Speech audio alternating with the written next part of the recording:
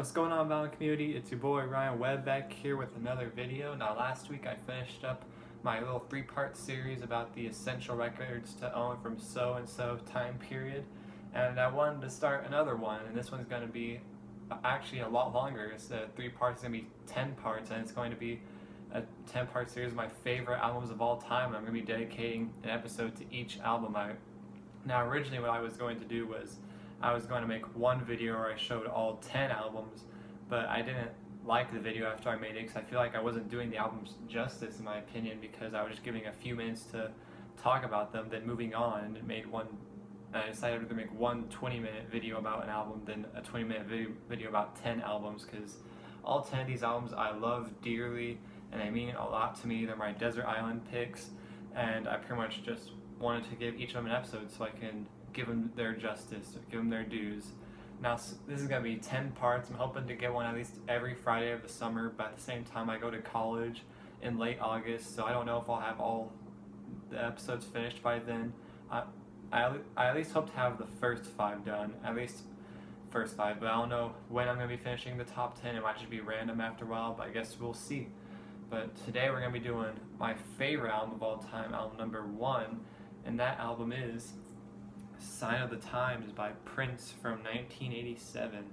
Now, I'm going to give a little backstory on each album first before I talk about the actual music itself. And the backstory on this one was that originally it was going to be a Prince and the Revolution album, because all the past 3 Prince albums have been with the Revolution, and originally they were going to be on here, but then they left, and so I don't think they left, the group just fell apart. And so then this just became a Prince solo record instead. Even though there are songs where the members from the Revolution do play on it, it's not a full Revolution record, it's just Prince pretty much on almost all tracks. But originally there was going to be a Prince and the Revolution album, and I believe it was going to be called Dream Factory, and it was going to allow more creative input from the other members rather than just being a lot of Prince's ideas. But obviously, that fell apart, so that didn't come to be. But after that, Prince started another project called Camille, in which it was going to be basically not credited to him, but his alter ego Camille, and he made these songs where he pitch raised his vocals on them to make it almost sound kind of feminine, and that album was going to be released, but at the last moment it was shelved again. And then he made another record that was similar to this one, but it was called Crystal Ball, and instead of 2 records, it was going to be 3 records, but Warner Brothers didn't want to release a 3-record set because, those aren't too terribly popular. The only ones I can really think of off the top of my head are like George Harrison's All Things Must Pass. That one's really the only one that's done super well. But usually artists don't release more than 2 records, but Prince is able to convince them to release the 2-record set that we know today, but instead of being called Crystal Ball, it was renamed to Sign of the Times, and then we got the album that I'm holding today and that we all know and love. And now for the artwork on this record, I love the album cover because you have all this going on, and then you have Prince right here who's half cut off and out of focus, which to me is almost like Prince is saying, don't focus on me, focus on the music, which is something Prince is always about in his career. He wanted you to focus on his songs and not just him as a person. And then here on the back you got this really nice picture. You got produced, arranged, composed, and performed by Prince and all the song titles. And then here are the inner sleeves. This is for record 1. You got this really cool picture right here, then all the lyrics on the back. And then for record 2, you have this really nice picture of Prince, then all the lyrics for record 2 on the other side of it. And the labels, hold on just a second. The labels, they are pretty much just your basic Paisley Park label, but the Paisley Park record label is probably my favorite record label because I always really liked how it looks. So that was the history of the record as well as my thoughts on the whole artwork and packaging. Now let's get into the album review, the songs. So we open up with the song Sign of the Times, which is one of the singles off the record, and I really love how Sign of the Times is like, it's not your average album opener. Usually you want to start your album off with a bang is what a lot of artists do, or like a big hit, but Sign of the Times is like this really dark, gloomy look at how society was at that time, all the messed up things, like how people were getting AIDS, but then they weren't allowed to talk about the disease, gang violence and all that, and also I think the spaceship, I think it's the Challenger or whatever it's called, I can't remember off the top of my head, but you know, that spaceship that blew up with the teacher in it, unfortunately. He refers to all of those, and the actual like music itself is very minimal, almost kind of like it wants you to focus on the lyrics. Like Prince is wanting you to realize all that's wrong in this world and wants you to pay attention. And I love that with the song because I mean, unfortunately, it's still a lot of these problems we unfortunately kind of seem to have a lot today. And this album was released 33 years ago, I believe. It's unfortunate that we have all those problems, but at least we got a timeless song. Well, I guess that's not a good thing if we have a timeless song about bad things, but hopefully one day all the world can change and then all these things won't be worried about anymore. But then now on to track 2, we have Play in the Sunshine, which obviously from the title you can guess it's a very happy song, and it is, which is kind of much needed after the dark look at the world that Sign of the Times is. You got Play in the Sunshine, which gives a really good message about having a good time without margarita or ecstasy, you know, just kind of a basic Prince message about being anti-drug and alcohol, which I always admired about Prince because, you know, a lot of artists always sometimes have like these party songs and are known for getting drunk and all that and doing drugs, but Prince was very anti-drug and alcohol and would sing about it, so I think that's really cool that a major artist would do that. Next up, track 3, we got Housequake, and that is one of the Camille songs that wasn't going to be part of that Camille project, but was rejected, but put on the record. And Housequake, it's such a weird song, but I love it so much. Like, the beat is really good, and it's supposed to be kind of based on, like, 60s dance songs. Like, the Housequake is really supposed to be almost like the Watusi, stuff like that. He even gives instructions on how to do the Housequake. I think it's a lot of jumping, I believe. So if you ever want to do the Housequake for yourself or whatever. And now on to the final track on side 1, we got the Ballad of Dorothy Parker, which I've always loved that song because for one thing, at least musically, I've always thought it was beautiful. It's got a very unique beat to it. And then also, it's pretty much a very, because it's a ballad, it tells a story, and it tells a very specific story that I don't think any artist would have ever told. The story of Dorothy Parker's, or I guess it's not just Dorothy Parker, but the story in the song is pretty much Prince has just had an argument with his lover, and so he gets out of the house and goes to a diner to get away from it, clear his mind, and he meets the waitress, Dorothy Parker, and they get to talking, and then she invites him over to her house for a bath, and he says, yeah, I'll have a bath with you, but I won't leave my pants on, because I guess he doesn't want to cheat. I guess cheating doesn't count if you leave your pants on or something like that, I don't know, but yeah, he has the bath with her, and she's kind of hitting on him. His favorite Joni Mitchell song comes on, and the phone rings, and then she says, whoever's calling can't be as cute as you, and then Prince was like, I'm about to head out, and so he stands up to get out of the bath, but then his pants fall down, but she pretends that she's blind and can't see it, and Prince laughs about that, pulls his pants up, leaves, and then he says that after that incident, every time he gets into a stressful situation, he goes and takes a bath with his pants on, which that's a lot for a 4-minute song, but I mean, that's uniquely Prince, and that's what we love about him. He could write a song about anything, and the Ballad of Dorothy Parker is no exception. Now we open up side 2 with the song called It, and that's another song with a really good beat. I love how kind of in your face the beat is and loud. It's like, I love it a lot. And Prince, the It he's singing about, if you listen to the song, it's quite obvious he's singing about it. I don't think I need to explain what the it is if you know who Prince is and all he's sang about.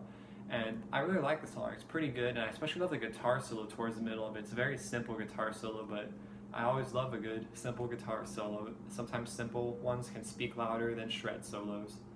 Really good song. Next up, we got Starfish and Coffee, which is it's a really nice song. It's something that if you're like a dad, you can play for your children and they'll enjoy it because it's just kind of almost like Yellow Submarine. It tells a really nice story, and it's got a sing-along chorus that everyone, child or adult, will love to sing with, and it's just a really good, feel-good song. I really like it. Next up, we've got Slow Love, which that one's definitely one of my favorites on the album because it's just so good and sexy. It's especially much like every other Prince fan that talks about the album. The saxophone is just so good on the choruses. It's just, wow, it's so good. I don't even have words for it. it would be a great song to slow dance to, in my opinion. If they had played that at prom last year, I would have been happy, but unfortunately they didn't. But anyways, now on to the next track. We've got Hot Thing, which is another sort of like it's got a really in-your-face beat, and Prince, he has this really good scream at the beginning of it. I love it. And then it's pretty much another basic Prince song singing about doing the dirty, if you know what I mean. Wink, wink, nudge, nudge. And I always really loved Hot Thing, and it's got another really good sax solo in the middle of it that I just love a lot. Another great sexy song. And then finally on side 2, you close off with my favorite Prince song of all time and one of my favorite songs of all time, Forever in My Life. That song is just so beautiful and nice. It's got another real minimalist beat, kind of like Sign of the Times, and the main focus is Prince's lyrics, and he's singing about how there comes a time in every man's life when they just want to settle down with one woman, and that they got love raining on them. And I've heard that, like in the chorus, he sings that you are my savior and you are my life. And I've heard that he could be singing about God in that lyric, which would make sense for Prince. But it's also really nice if you think about the girl, him singing that to the girl. It's just so beautiful. And I love the little simple acoustic guitar riff at the end of it. It's a perfect song. You need to listen to, if you're not going to listen to the whole album for whatever reason, you at least need to listen to Forever in My Life. It's a beautiful song. Now we open up record 2, side 3 with You Got the Look, which was, I believe, the biggest single off this record. And it's a really good song. And it's got Sheila, what was her name? Sheena Easton on co-lead vocals, but it's also got Sheila E. on drums. She's playing like this cowbell, and it's so good. I love cowbells in songs. The beat is so good thanks to Sheila. And Prince and Sheena do a really good duet on this song, and then Camille makes a little, I guess, entrance, or has a little moment towards the end of the last verse of the song. I love this song a lot, and because it was a single, there's also a 12-inch single that I've got with my records, and even I personally prefer the 12-inch version because the 12-inch has this really funky guitar riff towards the beginning and middle of it. It goes like kind of like that. I love it a lot. However, in the album context, the shortened version definitely fits better. But if I'm gonna listen to You Got the Look on my own time, I usually listen to the 12-inch version. Next up, we got side 3, track 2, If I Was Your Girlfriend. Now that one was originally the first single, but it didn't do that well because I will admit it's a pretty weird song. But for the longest time though, it was my favorite song on the record. It's another Camille song, and pretty much it's supposed to take place from the point of view of like a boyfriend or just the lover, and he's wondering, what if I was not only your significant other but also your best friend? And he asks questions like, would you run to me if somebody hurt you, even if that somebody was me? It's like a really almost like a really specific thing that I personally would never have thought of. But then after the song, I listen to it, I have deep conversations with myself. I'm like, that's a really weird thing to think about, but I want to get to the bottom of it. Fantastic song. Next up, we've got Strange Relationship, which it's a pretty good song. It definitely has, it has to follow up If I Was Your Girlfriend, amazing song, which I always felt bad for the song, because usually when you follow up a masterpiece of a song like that, usually it's not going to be as good. It still is a very good song, but however, ever since, if you guys watch Prince's Friend, he's a Prince dedicated YouTube channel, and he brings up the point that the chorus to Strange Relationship, he talks about how he can't stand to see his lover happy, but also he can't stand to see her sad. And it's kind of like, it's kind of a domestic abuse situation, but in the context of a pop song, it's just some sort of little cute thing, but it's also kind of, when you really think into it, it's kind of like, touchy subject that you don't want to think about, but it's a really good song if you don't think too much into it. And now finally we end with I Could Never Take the Place of Your Man. That was another single off this album. I believe it was the final one or at least the final one of all the ones I've mentioned. And it's a really good rocking song. Another really feel-good song. It's about a guy who meets a woman and they, do the deed with each other. And she wants to be with him as more than that. And he's like, now you got kids. I can never take the place of your man. And her man died. And he's like, I'll do the deed with you, but I won't take the place of your man. I couldn't. It's a strange song, but it's just a really nice song that makes you feel good whenever you listen to it. It's sing-along chorus, and it's got a really good Prince guitar solo towards the last few minutes of it. really nice way to end off the side.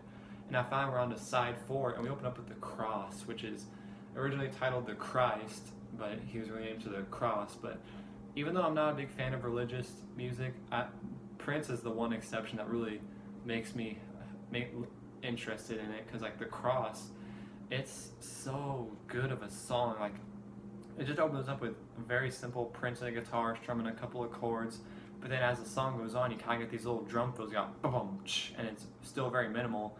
But then halfway through the song, you just get this super loud drum fills. All of a sudden, the guitar becomes super distorted, and it's just so good. I love it. Like when that final half of the song starts and it's really loud, I just want to headbang to it. It's so heavy and amazing. I love it. Next up, we've got It's Gonna Be a Beautiful Night, which features The Revolution, and it was recorded live. And it's just another really fun, funky song. And you got this one part towards the middle of it where Sheila E. does a trans-Mississippi rap that's so good. And I love at the end, you got Prince, he goes, "Stop confusion," and you got the horns ending off the song. It's just such a good, fun song that makes you want to get up and dance. And then now we're on to the final track of the album, Adore, and I adore that song. It's just such a beautiful, beautiful way to end off the album. It's a song just about his lover and how he adores her, and if God one day struck him blind, her beauty he would still see. And there's just like this one part towards the middle of the song where he's saying, "You could do anything and I'll still love you. You could burn up my clothes, smash up my ride." And then after he says that, he goes, "Well, maybe not the ride." It's, it's got humor in it. Who doesn't love a good, beautiful song with humor? It's just so beautiful. And then once you get to that final part at the end of the song where it ends and the song is over, it honestly makes me so sad every time I hear it, because it makes me realize that this album is over. And to me, this album is more than just an album, it's an experience. You get the full experience of what music is whenever you listen to it. It's just so good, and I feel so sad every time it ends. It's just perfect song, perfect album. Of course, my favorite record of all time. If I could recommend one album to any person who doesn't own this album, you need to pick this up, own it in your collection immediately. It's got so many different genres.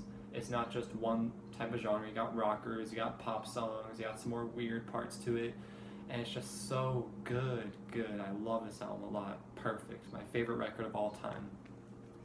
So I hope you enjoyed this video. Like I said, there's gonna be a 10-part series. I hope to at least get the first 5 records over with. I'm probably gonna try and film part 2 to this, but you're not gonna be seeing it till next week.